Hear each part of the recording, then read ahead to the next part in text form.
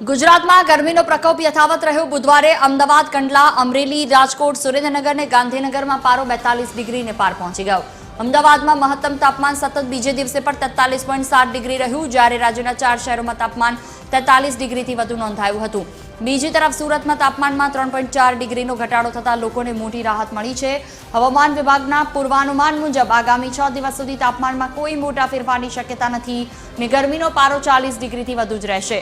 છેલ્લા 24 કલાકમાં સમગ્ર રાજ્ય સહિત દીવ દમણમાં વાતાવરણ તદ્દન સૂકું રહ્યું હતું।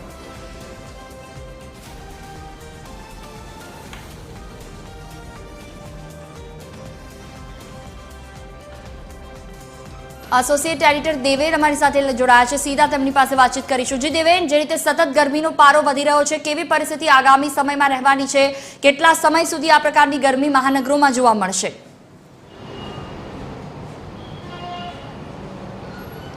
જે જોઈ જે પ્રકારે સુરત શહેરની અંદર છેલ્લા એક સપ્તાહની અંદર ગરમીનો પારો સતત ઉપર ચડતો દેખાયો છે અને તેના કારણે લોકો જે છે તે ગરમીથી ખૂબ જ ત્રસ્ત થઈ ગયા છે।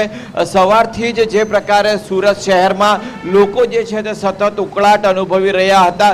અત્યારે જે છે તે સુરત શહેરનું જે તાપમાન છે તે 38 ડિગ્રીની આસપાસનું છે, પરંતુ છેલ્લા એક સપ્તાહમાં જે રીતે 40 થી 42 ડિગ્રી સુધી પહોંચ્યું હતું તેના કારણે પણ તેઓ સતત ગરમીથી ત્રાહિમામ પોકારી ઉઠ્યા હતા।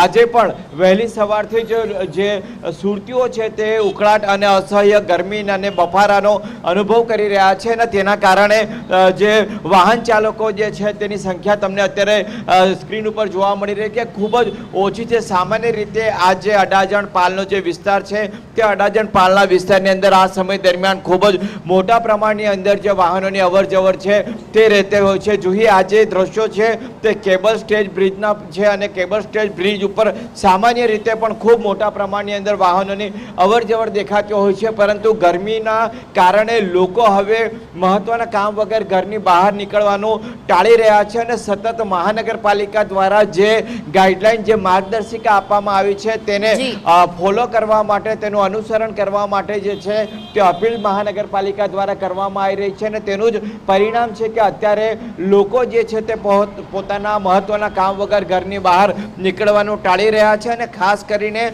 જે 12 વાગ્યાથી 4 વાગ્યાનો જે સમયગાળો છે તે દરમિયાન જોઈ લોકો ઘરની બહાર નીકળી રહ્યા નથી અને ગરમીથી બચવા માટે તમામ પ્રકારના જે પ્રયાસો છે તે સ્વયંભૂ રીતે કરી રહ્યા છે અને લોકો સ્વાભાવિક છે કે અત્યારે જે પ્રકારનો ગરમીનો પારો સતત વધી રહ્યો છે અને સતત લોકો જે છે તે પરેશાન થઈ રહ્યા છે, તેઓ પોતે સ્વયંભૂ રીતે જે રીતે અત્યારની સ્થિતિ જોવા મળી છે તેને કારણે ઘરની બહાર પણ નથી નીકળતા અને અન્ય લોકોને પણ જે પ્રકારે સુરત મહાનગરપાલિકા દ્વારા જે અપીલ કરવામાં આવી રહી છે તેનું અનુસરણ કરતા અત્યારે લોકો દેખાઈ રહ્યા છે। બિલકુલ, તમામ જાણકારી બદલ આભાર દેવેન। તો પરિસ્થિતિ જે રીતે સુરતમાં, દક્ષિણ ગુજરાત જોઈ લો, મધ્ય સૌરાષ્ટ્ર તમામ જગ્યાઓ પર 42-43 ડિગ્રી જેટલું તાપમાન છે। આગામી સમયમાં પણ 2-4 દિવસ આ પરિસ્થિતિ રહે તેવી શક્યતા।